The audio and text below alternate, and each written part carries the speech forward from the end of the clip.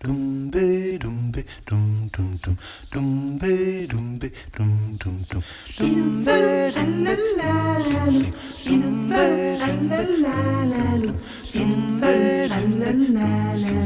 dumbe dum dum dum dumbe dumbe dum dum dum dumbe dumbe dum dum dum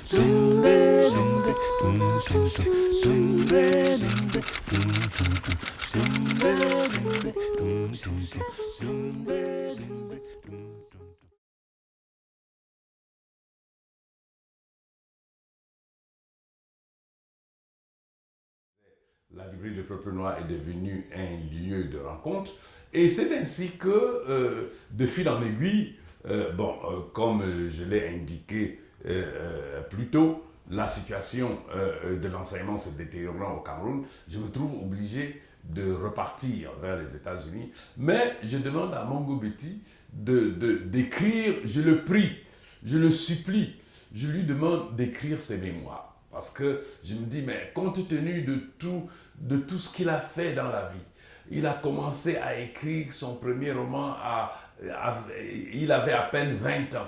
Tout ce qu'il a fait en France, toutes les associations, tous les organismes dans lesquels il a milité, toutes les luttes qu'il a faites en France, je le supplie d'écrire ses mémoires.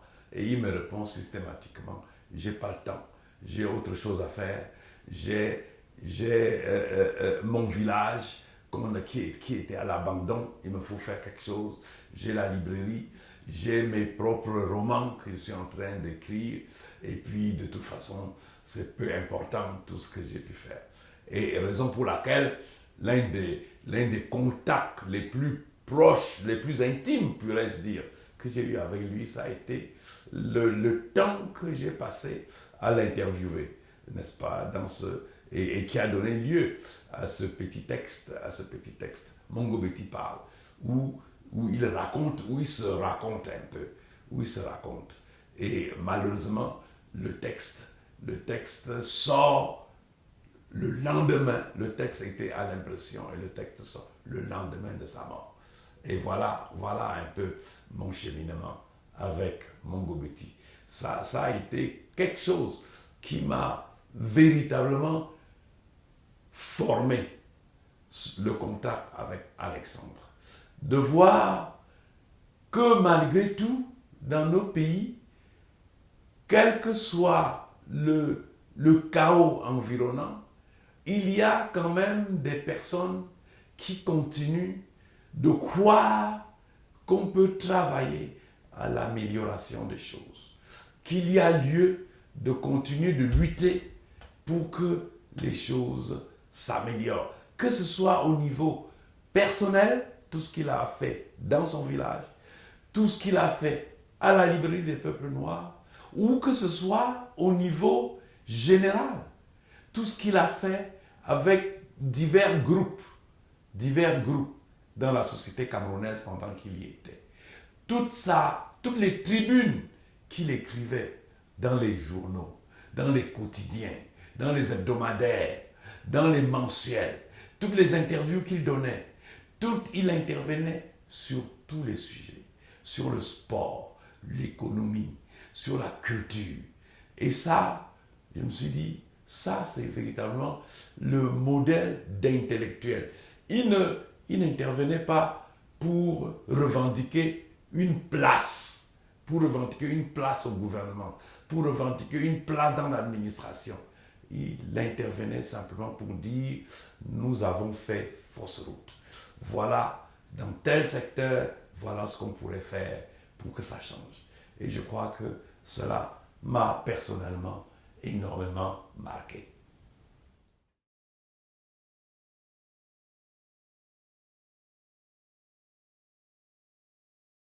disons, si l'on peut définir le militantisme de Mongo Betty, je dirais d'abord que c'était un intellectuel très difficile à saisir. Très difficile à saisir parce qu'il n'avait pas nécessairement bon caractère. Il trouvait que parfois l'ignorance de certaines personnes qui avaient des positions de pouvoir était scandaleuse. Et ça, il ne tolérait pas, je crois. Et donc, mais il était très indulgent vis-à-vis de la jeunesse. Extrêmement indulgent. Et il voulait beaucoup aider les jeunes. Mais là où Mongo Betty était totalement incompris. Et je crois que c'est véritablement là la difficulté fondamentale. Là où il était totalement incompris, c'est que il ne faut pas oublier qu'il a passé plus de 40 ans de sa vie en Occident. Et je l'ai indiqué quelque part. Mongo Betty était d'abord un individu, un intellectuel occidental, un intellectuel français. Ça, c'est extrêmement important.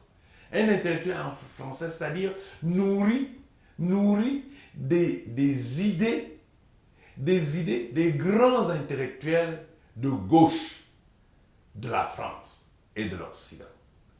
Et donc, quand il revient au Cameroun, il a du mal à faire le lien entre sa culture française et les archaïsmes, ce qu'il appelait les archaïsmes locaux.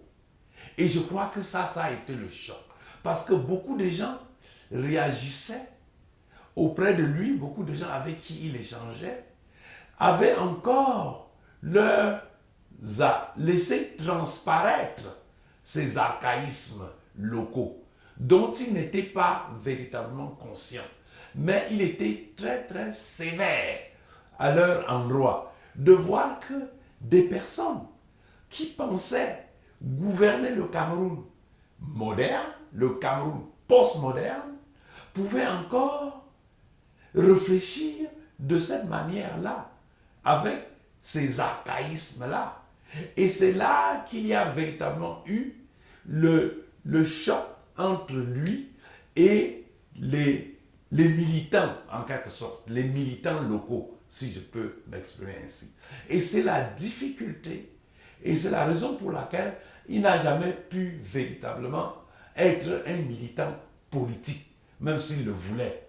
Parce que les règles de la praxis politique au Cameroun et en Afrique n'ont rien à voir avec les règles de la pratique politique en Europe, en France, où il avait vécu.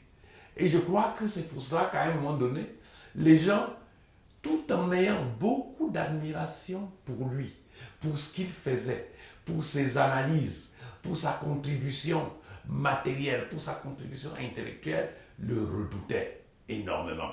Parce que on se disait toujours, mais oui, il peut être notre compagnon, mais on ne savait pas à quel moment il pouvait vous faire faux bon.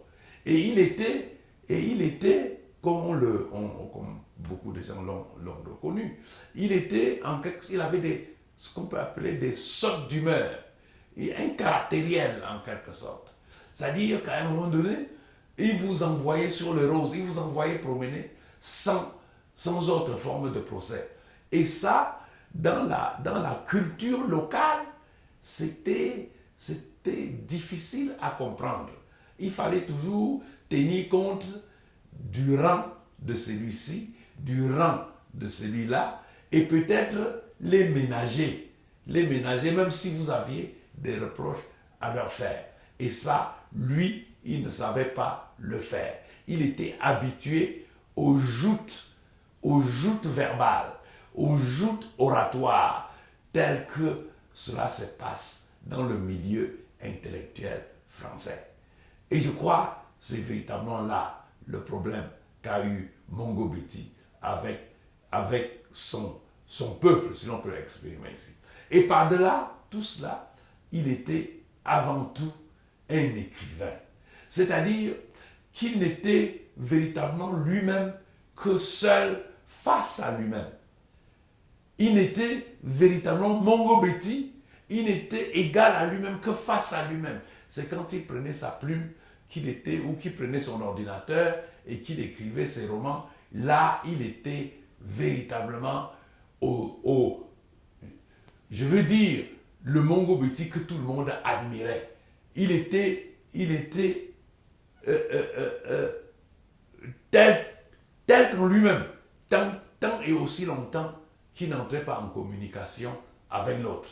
Et c'est ça, véritablement, le paradoxe qu'on peut avoir eu avec Mongo Betty, que c'était quelqu'un qui voulait aider le peuple, qui voulait être un homme du peuple, mais qu'en même temps, il avait de la difficulté à communiquer avec le peuple.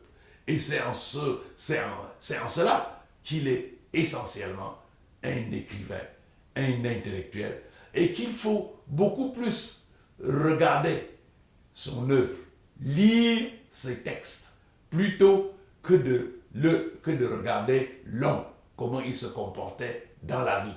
Parce que tout le monde vous dira, ah là, il était ingérable, il avait un sale caractère. Mais cela n'a aucune importance. Ce qui compte, c'est ce qu'il écrivait, c'est sa contribution intellectuelle à la pensée camerounaise, à la pensée africaine, à la pensée universelle. Vous avez cité Mongo Betty qui a dit « I am not a monster, I'm a mistake. That is to say, a succession of stupid errors committed by officials without much intelligence. That's how I find myself playing a role that doesn't suit me. » Je crois que cette phrase-là, pour un autoportrait, elle est très juste.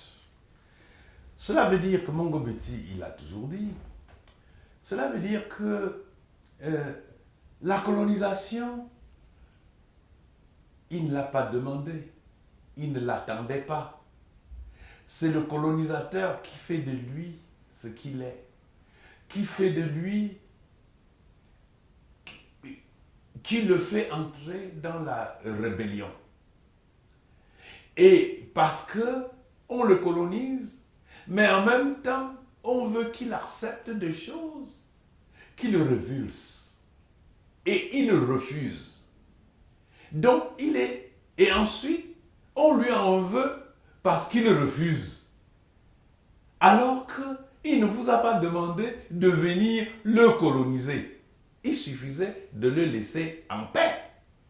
Et il se serait, s'il n'y avait pas eu la rencontre entre lui et le colonisateur européen, français, ben, il n'y aurait pas eu d'incident, chacun aurait évolué de son côté. Et il le dit d'ailleurs, il le dit plus tard, enfin à une autre occasion, il dit, mais le colonisateur se réjouit toujours de dire, ben, en fait, nous sommes venus, on vous a fait grand bien, on vous a apporté l'école, on vous a apporté la culture, la civilisation. Et il répond, mais en fait, vous ne pouvez pas savoir ce que nous serions devenus si vous n'étiez pas venus. Donc, vous ne pouvez pas dire que vous nous avez fait tant de bien que cela.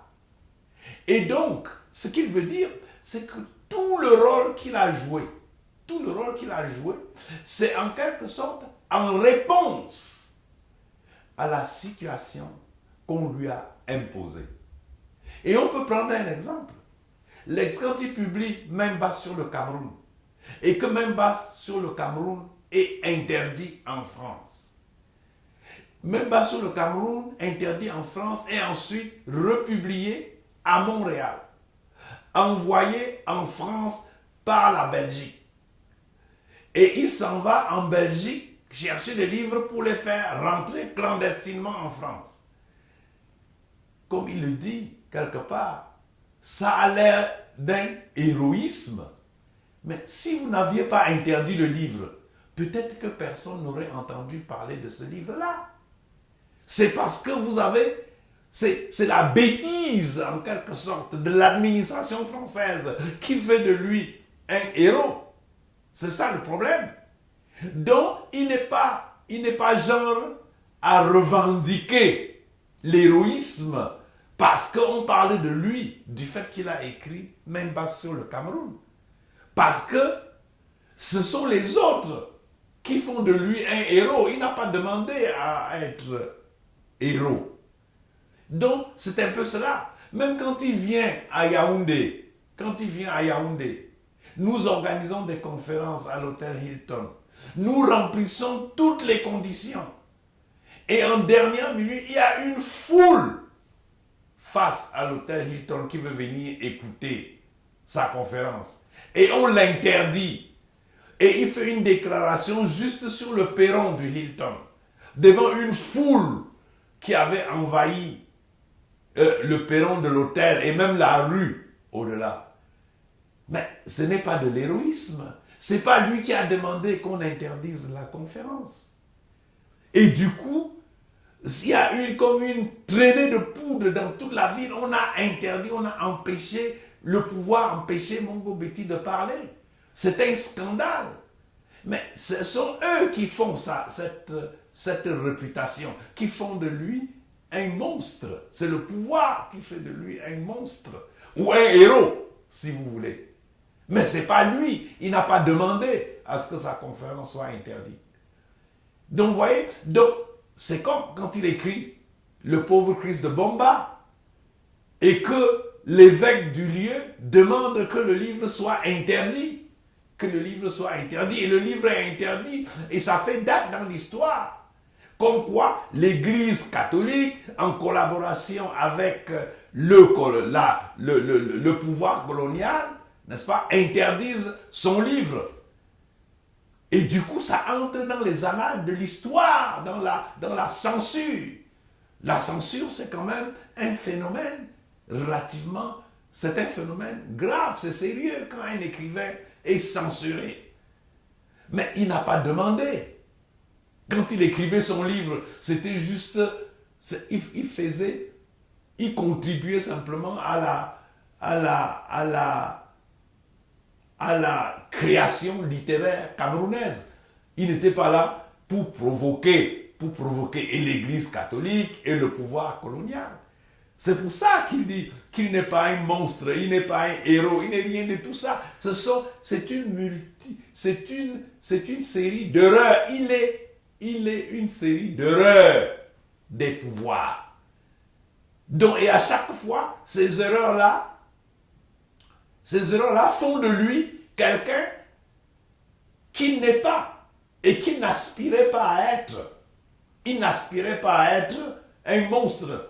Lorsqu'on lui interdit de faire sa conférence devant le Hilton, il n'aspirait pas à être un héros. Lorsqu'il a publié son livre Main bas sur le Cameroun et que Marcelin, le ministre de l'Intérieur français, l'interdit. Donc voilà, donc vous voyez, et cela dénote quand même quelque chose sur la personnalité de Mongo Betty. C'est quelqu'un de, certes, qui n'a pas sa langue dans la poche, mais il est extrêmement humble, contrairement à ce que d'autres pouvaient penser de lui. Il a toujours été assez humble. Donc il n'a pas passé son temps à... D'ailleurs, il accusait d'autres écrivains, même de sa génération, d'être de petits vantards, parce qu'ils avaient écrit tel ou tel petit texte, et on en avait parlé, et on leur avait offert des positions de pouvoir dans le régime par-ci, dans le régime par-là, alors que ces livres-là ne valaient pas grand-chose. Mais lui, il a toujours voulu être relativement effacé, être relativement humble. Mais, évidemment, cela ne lui enlève pas sa puissance intellectuelle, son pouvoir intellectuel. Cela ne change en rien la force de son écriture, de sa pensée. Et puis aussi, de ses initiatives. Parce que Mongo Betty a quand même eu des initiatives osées. Oser parler du procès Wandie Ndormo en 71, dans les termes dans lesquels il l'a fait. Il fallait le faire. Et il me l'a raconté, quelque part. Il me l'a raconté de sa propre bouche. Qu'en fait, c'était un projet collectif. Mais parmi les quelques militants qu'ils étaient à Paris, mais il s'est rendu compte que en collectif, il ne pouvait jamais réussir à écrire ce livre-là. Et il a pris sur lui de l'écrire tout seul. Il y a eu aussi, n'est-ce pas, la revue Peuples Noirs, Peuples Africains. C'est un sacrifice énorme, sacrifice intellectuel, sacrifice matériel. Parce que la manière dont Mongo Betty a publié Peuples Noirs, Peuples Africains est une manière extraordinaire. Il travaillait comme un fou. Parce qu'il le faisait pratiquement tout seul. Et occasionnellement avec son épouse. Il était le directeur de publication, rédacteur en chef, relecteur, etc. Et il y a mis pratiquement la fortune familiale, tout le bien. Il y a hypothéqué les biens familiaux. Donc voilà un peu l'explication de cette phrase. Je ne suis pas un monstre. Je suis une succession d'erreurs. Il est une succession d'erreurs parce que c'est la situation africaine qui le pousse à écrire, qui le pousse à créer Peuples Noirs, Peuples Africains. Parce que à côté, quand il crée Peuples Noirs, Peuples Africains, parce qu'il se rend compte que toutes les revues intellectuelles qu'il lit en France, de toutes ces revues-là, aucune ne prend vraiment au sérieux le destin des Africains et ne donne la parole aux Africains pour leur permettre de s'exprimer. Et c'est pour ça qu'il s'engage et qu'il dit il faut qu'on crée un canal pour permettre aux Africains de s'exprimer, de parler de leurs problèmes. C'est ça. C'est parce que les autres revues institutionnalisées ne faisaient pas le travail et qu'il le fait. Donc, on parlera d'héroïsme. Non, c'est la révolte en quelque sorte. Ce n'est pas de l'héroïsme.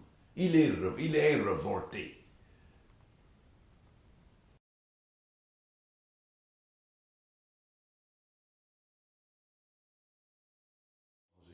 C'est vrai que 1990, c'était hier, mais les choses ont énormément changé. Parce que Mongo Betty est arrivé au Cameroun à un moment extrêmement favorable. Il y avait, même s'il était incompris, il y avait quelques personnes qui l'accompagnaient. Vous aviez là les Fabien Iboussi Boulaga, vous aviez autour de lui des gens marqués là, vous aviez quand même quelques journaux autour de lui, le journal Le Messager avec Pius Njawé, vous aviez Génération avec Ombenzana, vous aviez Challenge Abdou avec Benjamin Zebazé. Il y avait un certain nombre d'institutions, en quelque sorte, qui l'accompagnaient. Et les jeunes, justement, voulaient faire partie de cet accompagnement-là. Donc, ils n'étaient pas seuls. Et vous aviez aussi des institutions comme Friedrich Ebert Stiftung, qui étaient là, qui accompagnaient les débats politiques, l'ouverture démocratique. C'était quelque chose de nouveau et c'était vraiment, il y avait une effervescence. Aujourd'hui, disons, 30 ans, une trentaine d'années après, on a l'impression qu'il n'y a plus rien. Que les jeunes n'ont plus de guide. Les jeunes n'ont plus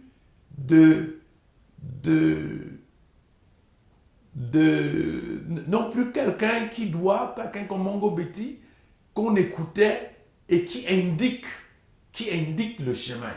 Et ils doivent trouver ce chemin tout seuls. Tous ceux qui étaient là dans les années 90, nombre d'entre eux, donc, qui l'ont suivi et qui ont combattu avec lui. sont aujourd'hui adultes dans leur carrière, sont passablement avancés. Ici, s'ils avaient 20 ans en 90, ils en ont 50 aujourd'hui. Donc, ce n'est plus la même génération. Et la nouvelle génération n'est plus préparée. Et aussi, il faut dire une chose. Lorsque Mongo Betty arrive au Cameroun en 1990, l'enseignement supérieur, l'université camerounaise n'est pas encore totalement détruite. Elle est encore vivante. Elle produit encore des éléments susceptibles d'entrer dans le débat, de réfléchir, produit encore même des jeunes enseignants qui étaient à l'écoute de ce qui se passait dans le monde en termes de débat d'idées. Or, aujourd'hui, comme je vous l'ai indiqué précédemment, avec la démocratisation, avec le discours de la Baule, le pouvoir, tout ce que le pouvoir a trouvé à faire, c'est détruire l'enseignement, c'est désorganiser l'université, de telle manière que les jeunes qui sont à l'université, que ce soit les étudiants ou que ce soit les enseignants se débattent pour pouvoir arrondir leur fin du mois, les étudiants se battent pour avoir des diplômes, mais souvent des diplômes sans contenu. Donc on n'a plus cette jeunesse-là curieuse, qu'on avait en 90 et qui était à l'écoute de ce que, non pas seulement Mongo Betty, mais Jean-Marc est là, mais Fabien Ebousi-Goulaga, mais aussi de ce que les journaux avaient à dire. Aujourd'hui, cet environnement-là a complètement disparu. On dirait que la page des années 90 a été déjà tournée. Et nous avons fait pas mal d'années de marche arrière. C'est ça qui est véritablement triste à dire lorsqu'on regarde le Cameroun d'aujourd'hui par rapport à l'époque de Mongo Betty. Et véritablement, quand on regarde la jeunesse, ça fait pitié parce qu'elle n'est pas, il n'y a plus d'éclaireur devant, il n'y a plus de guide. On a l'impression que tous les guides ont disparu et que le pays est devenu un désert intellectuel et que le pouvoir qui était en 1990 essayé de gérer la démocratisation a retrouvé ses instincts dictatoriaux des années pré-90 et que le pouvoir n'a plus peur aujourd'hui d'enfermer les journalistes, d'enfermer quiconque veut descendre dans la rue pour protester pour telle ou telle cause, de ramasser les gens, de les embastiller, de les passer au tribunal militaire. On dirait que la dictature a repris tous ses droits. C'est cela qui est extrêmement malheureux en cette année 2019 par rapport à 1990-1991.